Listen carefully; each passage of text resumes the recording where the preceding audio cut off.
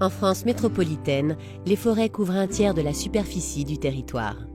Elles n'ont jamais été aussi étendues qu'aujourd'hui, mais cela pourrait changer. Les arbres subissent un dépérissement massif en raison des phénomènes de sécheresse et d'une accélération inédite du changement climatique.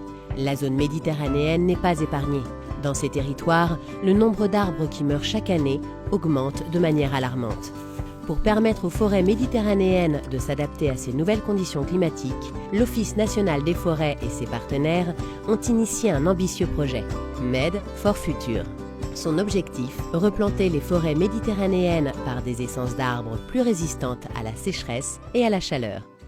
Ici, depuis la sécheresse de 2003, on a un dépérissement massif qui a eu lieu sur le pin sylvestre et sur le sapin.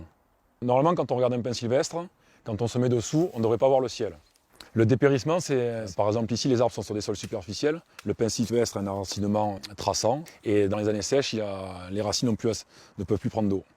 Et donc, il commence à dépérir, les aiguilles commencent à diminuer, elles commencent à tomber et l'arbre meurt petit à petit.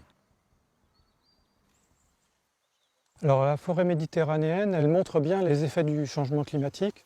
La stratégie d'adaptation de l'ONF au changement climatique, donc elle s'est mise en place progressivement depuis 2003. Et le projet MED for Future est une des façons de diversifier la forêt grâce à des plantations pour l'adapter au changement climatique à venir.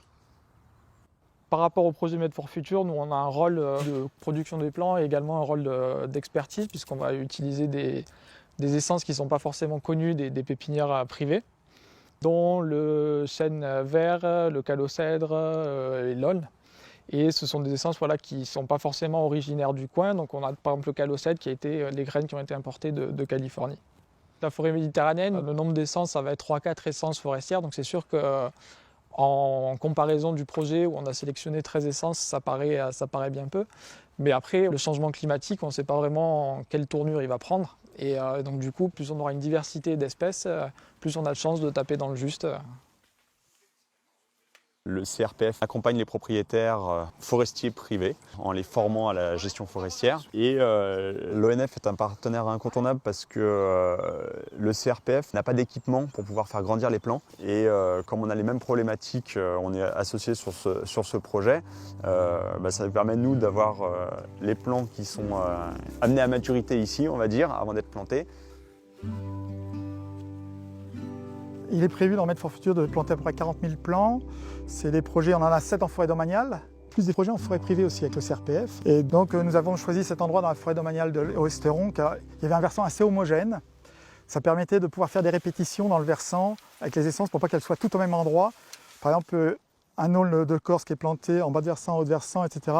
Si tout dépérit, on peut se poser la question, qu'est-ce que fait l'aulne de Corse ici? S'il y a des endroits où il a dépéri un seul endroit, on peut se poser la question, pourquoi il a dépéri à tel endroit? Ça peut être une cause très locale. Ces plantations qui seront réalisées jusqu'à fin 2020, forcément elles vont produire des résultats à plus ou moins long terme. C'est déjà intéressant de voir comment les plants vont s'installer. Donc il y a cette phase d'installation qui est cruciale, qui fera l'objet d'un suivi. Et puis les résultats, on les verra à 10 ou 15 ans. Parce qu'il faut voir, au-delà de la phase d'installation, quel sera le développement et la croissance de ces arbres dans leurs conditions d'installation. Et dès aujourd'hui, ça implique d'adapter notre gestion et notre vision de la forêt pour l'avenir. Et c'est un réel défi pour l'ONF dans les décennies à venir.